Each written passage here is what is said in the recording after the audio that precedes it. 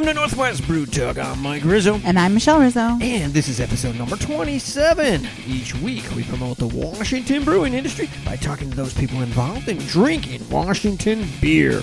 With almost 300 breweries, we try to highlight as many as possible every episode. If you are new to the show, we suggest you check our back catalog with some great interviews and lots of Washington beer. On today's show, we have an interview with Shawn from Lazy Boy Brewing, our brew news and views, and local music from Stiff Spirit. If you have any comments or questions, send us an email to nwbrewtalk@gmail.com. We are on Twitter at nwbrewtalk and on Facebook at facebook.com/nwbrewtalk.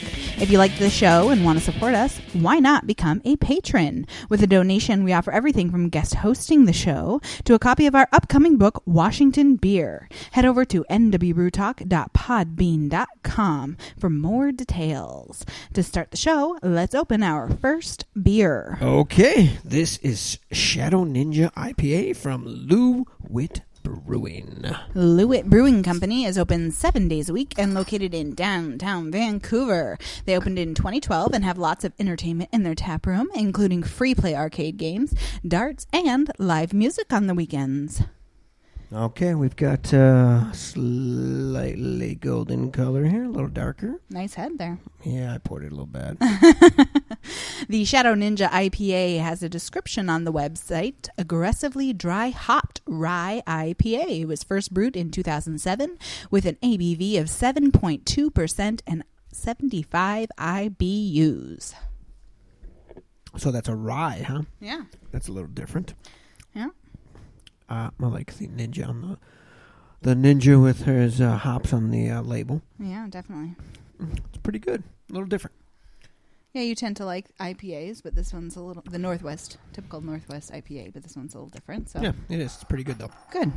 All right, and now on to our brew news and views.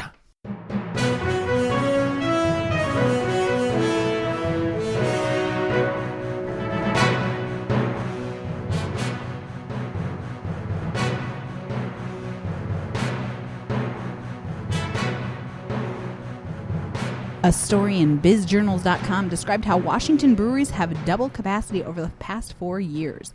The number of breweries went from 136 in 2011 to 256 in 2014. We know this, having done research for our new book, Washington Beer.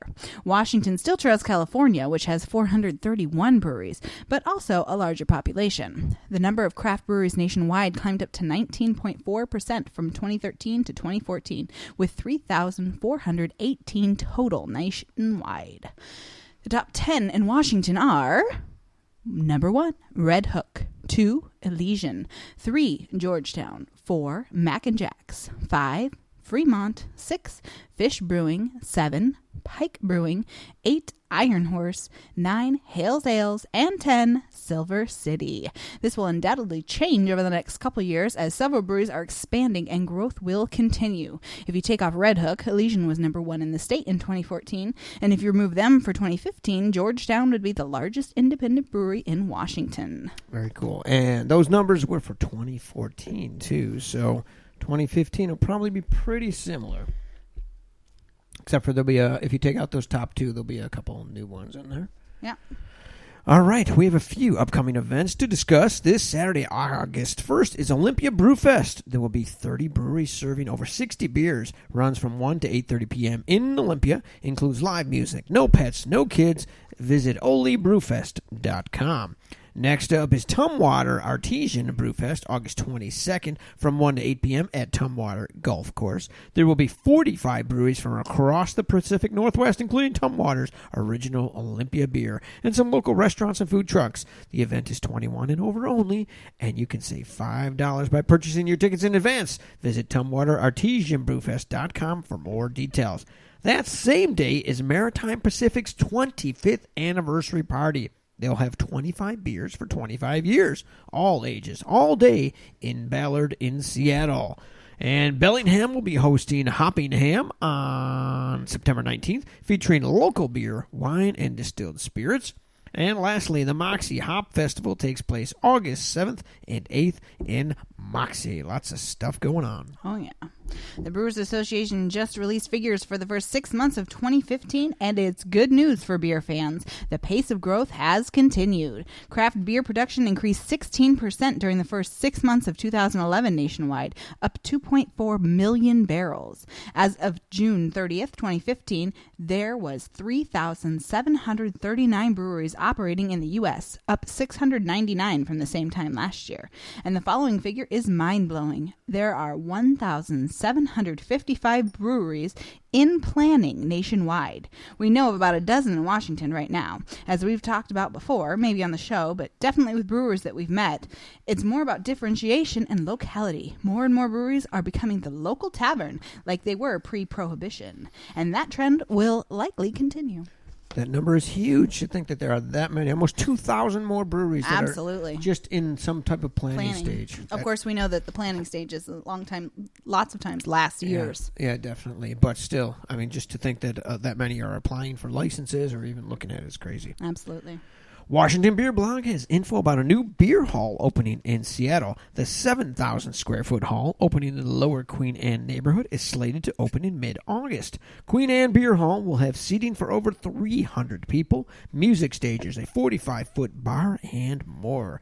The people behind it have opened 2 similar beer gardens in New Jersey, and they claim to be the originators. Quote, "We've been copycatted everywhere. Sometimes it's almost comical just seeing those places in Philly, Albany, Boston. We started the whole beer hall revolution in 2007, and then just watched these places mushroom everywhere." Unquote.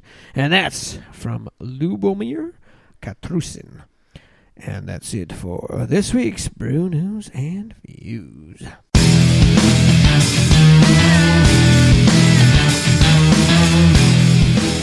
Welcome back to Northwest Brew Talk. If you want to submit news to Northwest Brew Talk, send us an email to nwbrewtalk@gmail.com. Or if you've not yet subscribed to our podcast, why not do it now? It's free, available anywhere you listen to podcasts, including iTunes, Podbean, and Stitcher. If you like us, a review or rating would be really appreciated. But make sure to tell your friends about Northwest Brew Talk. All right. Now let's talk to Shawn Loowit from Lazy Boy Brewing in Everett. Shawn is one of the old timers in the Northwest brew scene. I don't think he goes through everything in our interview, but definitely he is one of the older guys that has been, not older by age, but make sure to say that. Yeah, but definitely one of the guys that's been around for a while, been at Pike and a bunch of other places. So he's got some great experience. So let's take a listen.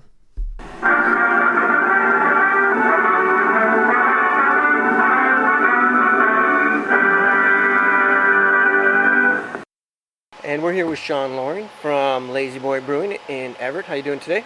Great, thank you. Thanks for coming. Awesome, great. Thanks for having us. So, let's start out right away with what got you interested in brewing?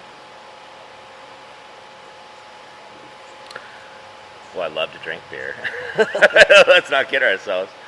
I love to drink beer, and I got fascinated by the craft brewing industry in the early 90s. A friend of mine gave me a homebrew kit, I think in 91, 92. So that kind of started the whole phase for me. Okay, so did you go from being a home brewer to owning this brewery, or were there any steps in between? Oh no, there was quite a few steps in the way. I went from a home brewer to being an assistant at the Pike Place Brewing Company back in 1992. Okay, great. And then from there? No, and then I went from, 92. It was kind of a whirlwind. I was in that first phase of the brewing industry in the 90s. So I went from the Pike Place Brewing Company, started a business plan, got together with some folks, and then we actually did a brew pub in Cheyenne, Wyoming. Oh, okay. And so that was my venture. And then in between, I went to Denver and worked at the Wingcoop Brewing Company for a little bit. How long did the Cheyenne business last? About 4 years.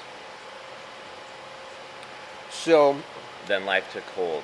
Wife, marriage, kids, and then growing up in Seattle. She grew up in Seattle, and then she wanted to move back to Seattle. So we eventually came back to this part of the woods. Okay. So in 2006, you opened? Yeah, 2006 we opened Lazy Boy Brewing Company. Okay. Were you you're the founder? Yeah, originally it was my father-in-law and myself, Okay.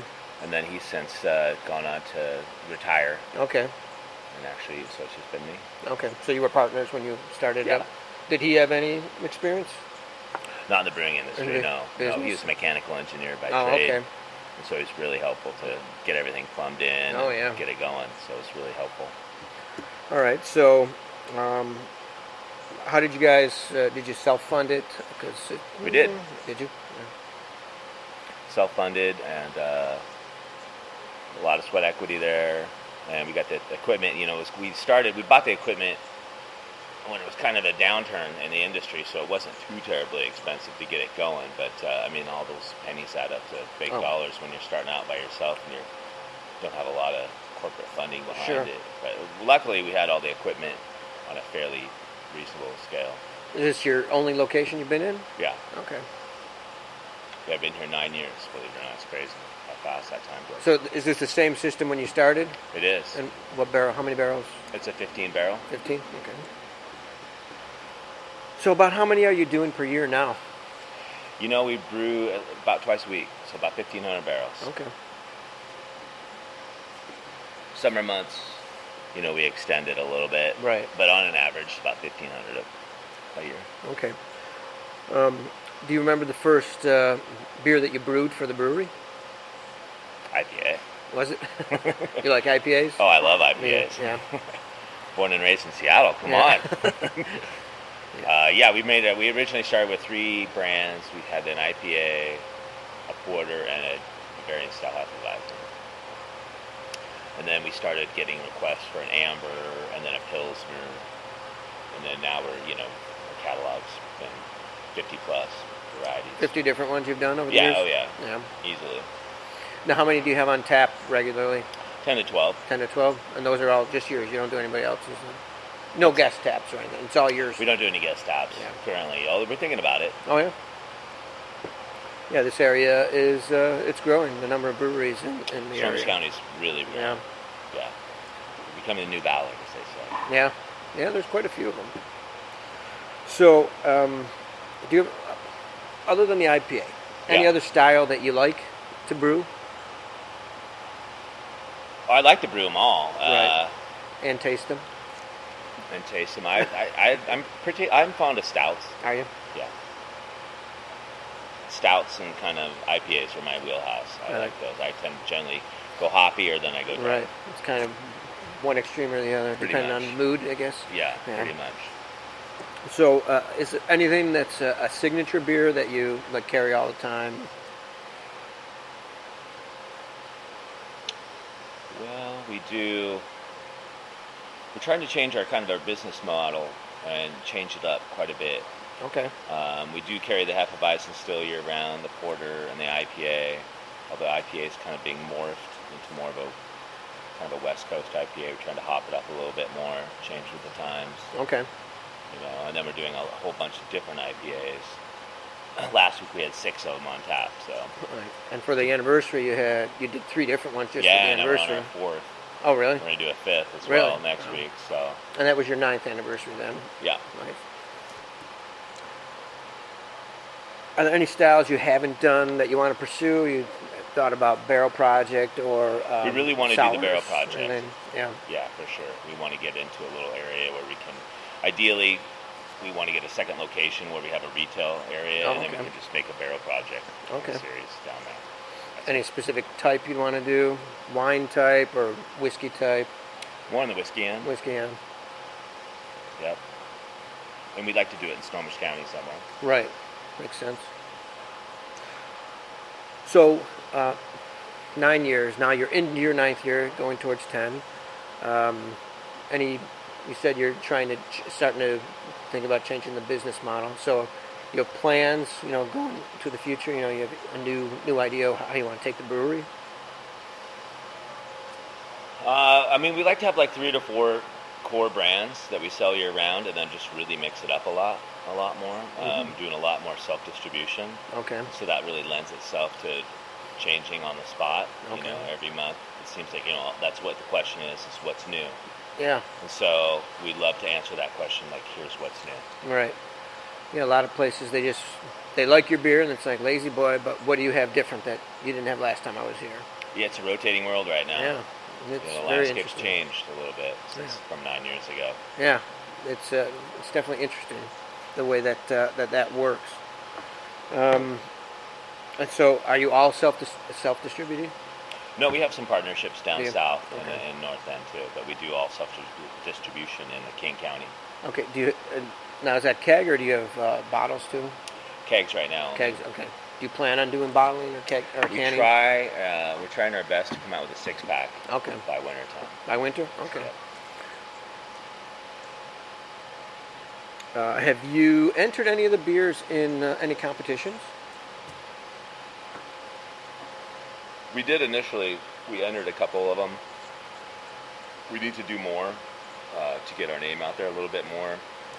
We did enter the Belgian Golden at one time. We won a gold medal. Oh, yeah. And we have won medals at various things that we entered, but we need to do a better job of entering more. You're running a business, and that's kind of what you're doing, right? Yeah, I mean, trying to build the brand, so Right. that's one end of it that Right. we could probably improve on a little bit. Right. Are you doing any of the festivals this year? We're doing a ton of festivals. We're doing the Father's Day one. Okay. We did that last year for the first time in 6+ years. Had a good response. And, Nice. we're doing it again. Doing the Everett Beer Festival. Tumwater. Yeah, we'll be all around. Yeah. Puget Sound this summer. Yeah. That do you find when you do those that you meet a lot of people who haven't heard of you? It's amazing how many people haven't heard of us. Yeah. So you're always trying to bring your product into this whole generation. Basically, you're trying to reach. In 9 years, I mean, there's people that were young before. They weren't even 21 at the time. Exactly. Now you got every So year. you got to reach them again. Yeah. So it's kind of fun going out to the festivals now because some people have heard of us. Some people are they're 21, 22, 23, introducing our brand to them. So Right. It's fun. Yeah. Then if you come out with the six pack in the winter, then that avenue for them, somebody to see it. Oh yeah, I remember that. Pick that up. Yeah, exactly. So you mentioned that you'd like to get another location for retail and work on a barrel project. Is this going to stay? You're not going to grow your brewery past this? No, we'll stay here. Yeah. For a little bit. Yeah. It's too. It'd be expensive to move. All the equipment and all that. We're kind of embedded here. Right. Now, could you brew more than twice a week? Or is your equipment? Yeah, you we could. Yeah. There's a little bit of wiggle room there. Okay. And everything's plumbed for more. And the height of the ceilings lend itself to, we could always build up. So Right. there's room for growth. Okay. So, if in the good fortune that happened, and you could always expand it right here. Yeah, for the production side. Yeah, sure, for production. Absolutely. I mean, we pay warehouse pricing here, so it'd be Okay. silly to kind of move to a Sure. retail spot and Sure. do that. Oh yeah, definitely. Now, do you have? Is this going to be? I mean, you're going to run this till your kids are grown or something like that, and hope they take it over. I mean. Oh, I have 2 girls, and Oh. they've shown zero interest so far. Not that women don't like to brew beer. No, Some no. of the best brewers I know are women, but they've shown very little interest so far. So that's. We'll see what happens. All right. So, okay. It would be nice to have some interest of some helpfulness there. Right, One's in right. college, so I do plant that seed every now and again of like, you could help market and help grow the brand. Yeah. So, Not working yet. Not yet. No. Planting the seed though. Got to meet the boy maybe that likes it and is interested and. Yeah, unfortunately, I'm too old to have another small kid. Well, no, but maybe if they meet a guy that's interested, Well, that'd be helpful. Yeah. then yeah. Yeah. Then you could still tie it in. It would still be family Sure. if they got married. Yeah. Absolutely. Absolutely. Yeah, that's a problem that a lot of businesses have. The succession. Going back even breweries, 1800s. It's, if there's not somebody that in the family that wants to take it over, sometimes they just shut down. Oh yeah. If you're a huge brewery and you're doing a lot of volume, you're not looking at the landscape 5 years from now. You're looking at it from 20 years from now. No. Who's going to do it? Right? Yeah. So 9 years. What's been the biggest thing that you've come across? An issue, an obstacle, something? Obstacle is definitely, it's a mixed bag being small.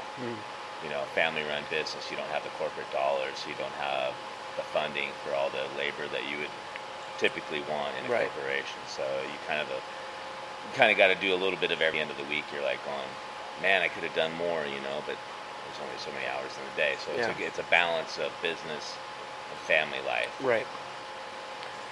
So there's that. So that's really been a big obstacle, because I came from a corporate background too, corporate breweries where it was funded, and you had a department over here with somebody to do that, and you just had to do your department. And now I have to do a little bit of everybody's department. Right. And so you have to accept the fact that sometimes you're going to fail and sometimes you're going to succeed a little bit. That's been my observation. Yeah, anyway. No, that's good. So, what? And then on the flip side of it is it's a family-run business, and so it's kind of fun, Exactly. Everybody's involved, and except your daughters. Yeah. Well, my wife's involved, and she has a lot of great input. She runs the tap room, and she does the books, and so that's kind of fun. Right. Well, exactly. That's a nice aspect of having a family-run business. There's certainly never a dull moment at home, or like when you go out. There's never a dull moment of nothing to talk about. Oh, yeah. There's definitely the times of where we have to go, okay, we're not going to talk about that. Exactly, yes, because it is your life, so... Yeah, it becomes, 7 days a week pretty quick. Yeah. So, like you said that, Snohomish is becoming the new Ballard. Let's hope so, right? Yeah. Do you see... I mean, there's like a new brewery opening in Washington at least every month. Yeah. Do you see some bubble where it's going to finally stop?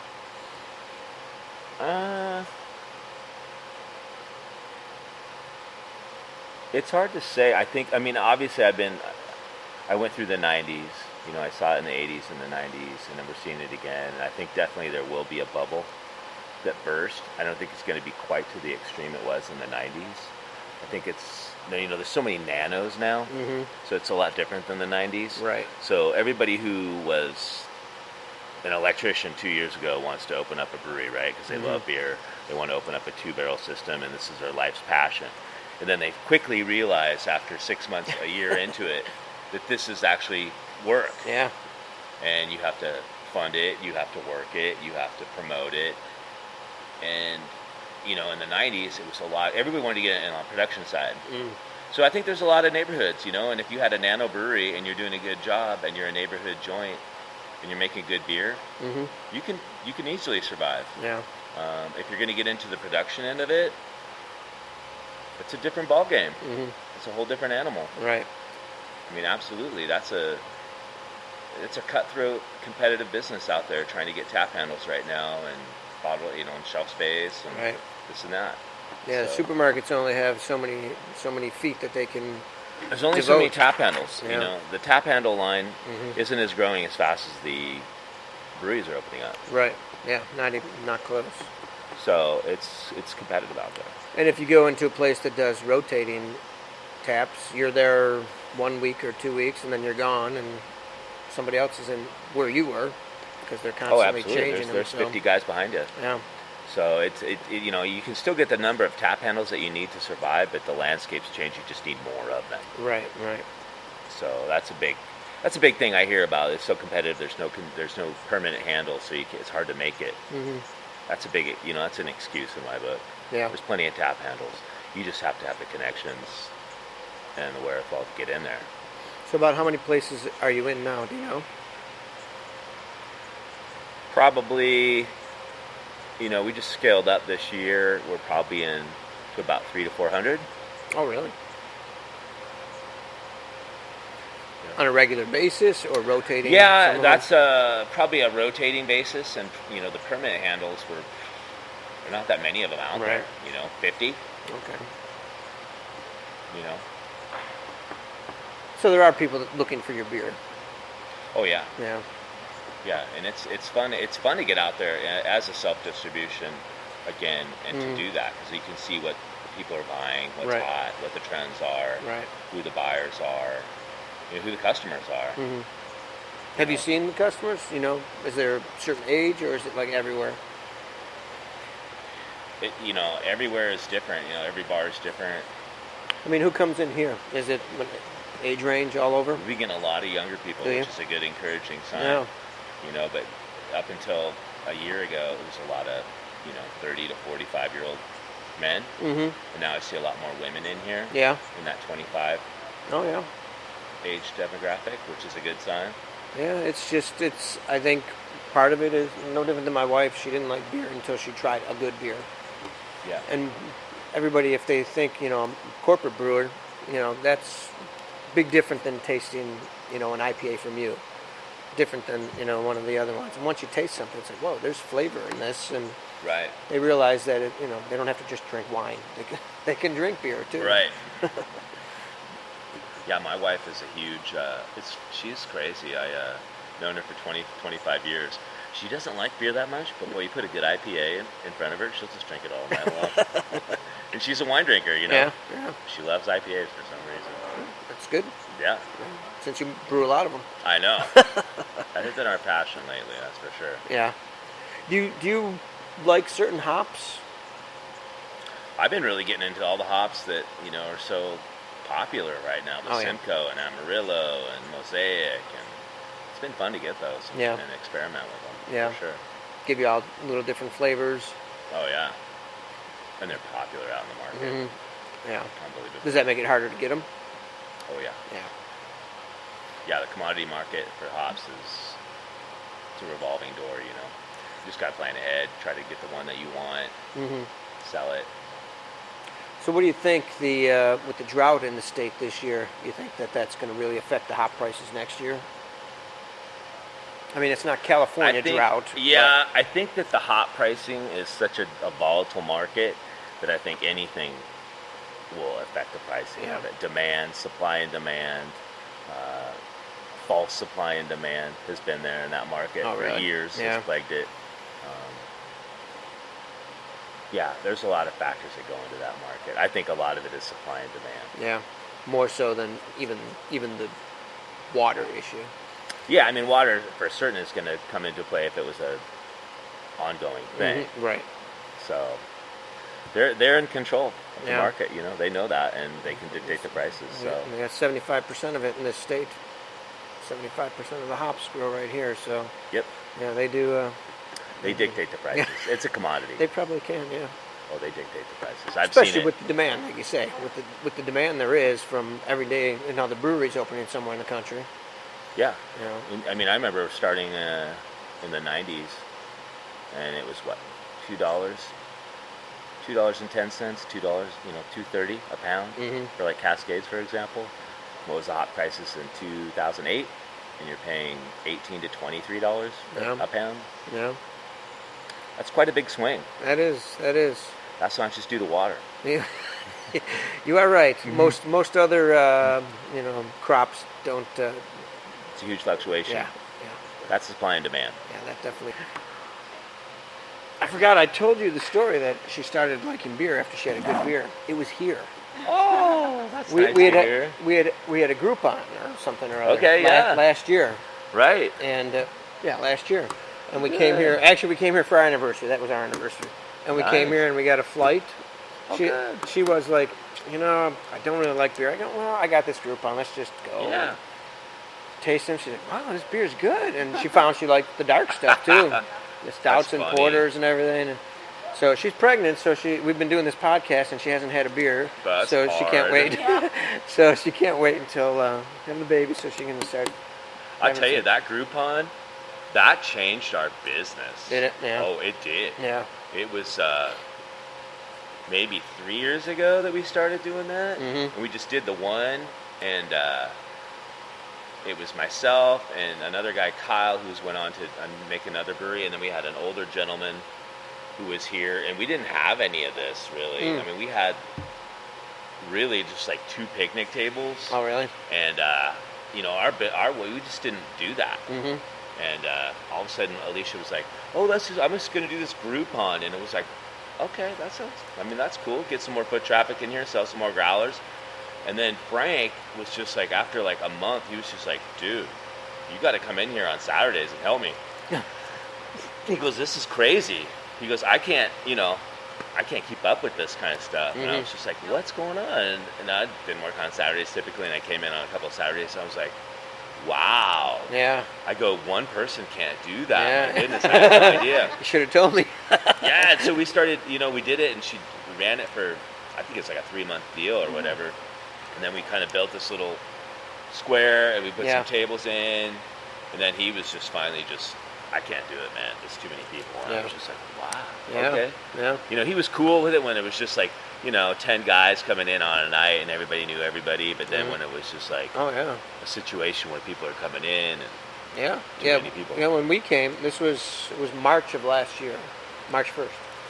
We came in, this was all filled, and there were a couple tables over here, but it wasn't even this big. Yeah, no, it's an evolving situation, and that Groupon, I hear that all the time. I'm like, I don't want to be a Groupon place, but then when she does it, you get so much residual business from it, And I know that's not a success story on all the Groupons. I know. Because we talk to them, and it's just like, because now we get all the calls, like, it's because it costs money. It costs money, in the end. It costs money, but it does bring people in, and you hope that it brings people back. And we just get a lot of people back. Yeah, that's good. And that's what you hope for on that stuff, You're not making a ton of dough when you do it, but it's like, if there's 50 people in here and I get 5 people back that come back on a regular basis, and then they tell their friends, now all of a sudden they're regulars, and that's happened so many times that's why we need a second location. It's just like, God, wouldn't it be great if we had a place that, because we never started this.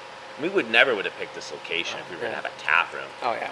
This was all for just production, get in and out, come and go when you want. Yeah. And now it's just turned into this little tap room, brew pub, where you have to somebody's got to actually run that. Yeah. Which is fun. Yeah. But now it's like, maybe we should just get a spot that has a little bit of parking and has better foot traffic potential. And you're going to pay the higher end rent, but if you can offset it with that. Yeah, we. That's our long-term goal.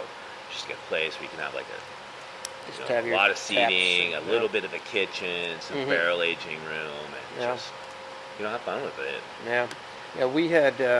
I'm from New York, and had a sightseeing company, and I did Living Social and Groupon, and got a ton of people coming through using those that. Like, never heard of you. I'm like, okay, I've been open for 3 years now. Oh yeah, we hear that all the time. God, that's just I don't think you're ever going to not hear that. Oh yeah. Right? I'm doing this 25 years, and it's just like every brewery that we go, it's like, I've never heard of you. Yeah. It's just like, God, I guess that's why do I work every festival every weekend? Yeah. Do X amount of events, but that's just you got to get your name out there. That's just part of it, And you're never going to hear like complete market penetration. Oh yeah, exactly. It's an ongoing thing, It is. But it's good to hear that you are getting repeat customers because of that. Yeah, and then you look at the you hate to say it because Yelp is usually so negative, but like the reviews on the Groupons. Oh yeah. We're like in that 95 to 96 percentile, so people are coming, they're having a good time, and like I say, hopefully they come back. All right. Thank you very much to Shawn for joining us today. It was a great interview. Great to hang out at his place. So we'll be right back after a local music break from Stiff Spirit. 2, 1, 2, 3, 4. Think about it, baby. Don't just say you hate it. If you call me on it, I'll just say she fainted. Well, give me that smile and I'll say you made it. Give me some sugar, I'll see you take it. Show me that smile, you can't fake it. I'm standing in line with nothing on, but no one gonna say they saw you naked. So come along for this giant call, and I won't charge you for coming along.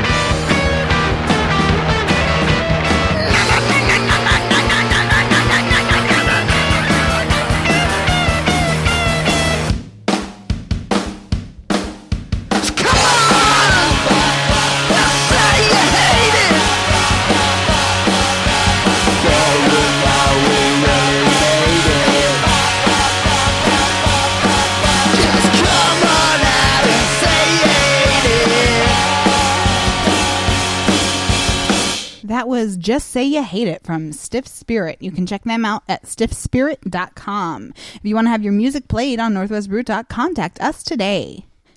And they were also, we played another band earlier in the season. They were another one that was one of the 2014 top 10 bands on Northwest music scene. Yeah, cool. All right, let's try another beer. This time we have Trailmarker IPA from Brickyard Brewing. Brickyard Brewing is located in Woodinville, and they are open Wednesday through Sunday. Their tap room has seating for 30 people and some board games to play while you enjoy their beer. You can check out our interview with owners Ian and Joe on episode 16. Oh, that was a very good thing. Similar color to the Loowit IPA. It's a little darker, though. The Trailmarker IPA is an Indian Pale Ale, an explosive mash of flavor and aroma using Mosaic, Citra, Cascade, Columbus, and Chinook hops. This is all balanced with a light body and well-endowed 7.2% ABV with 51 IBUs. Aromatic characteristics are citrus and mango. Flavor has a low to mid maltiness with a medium bittering that does not linger, and that's right from their website. And you can taste the difference in the IBUs. This one is very less bittery than the previous one. Yeah, you can smell it. It smells delicious. Yeah. Yeah. All right. That's good. All right. Another IPA. 2 IPAs this week. Next week we'll have a new variety of things. But a little different, so that's a good thing. Yep, definitely. I want you to get me fresh beer. You serious? Welcome to Fresh Beer, Machine House Brewery in Georgetown, and part of the old Seattle Brewing and Malting Company, will be releasing its Summer Session Ale this Saturday, August 1st, with a party. Seattle's Arcaro Boxing team will give live demos, but the real treat, of course, is the beer. Summer Session is an easy-drinking English ale in the bitter style with a touch of crystal malt. They claim it to be quite refreshing, so make sure you get over there and check it out. And that brings us to the end of this episode of Northwest Brew Talk. Make sure you tune in next week when we chat with Lowercase Brewing. This show is produced and edited by me with engineering help from Michelle Rizzo. If you want to contact us, you can email us at nwbrewtalk@gmail.com, or you can give us a call at 541-595-TALK. Until next time, I'm Mike Rizzo. And I'm Michelle Rizzo. Stay hopping, my friends.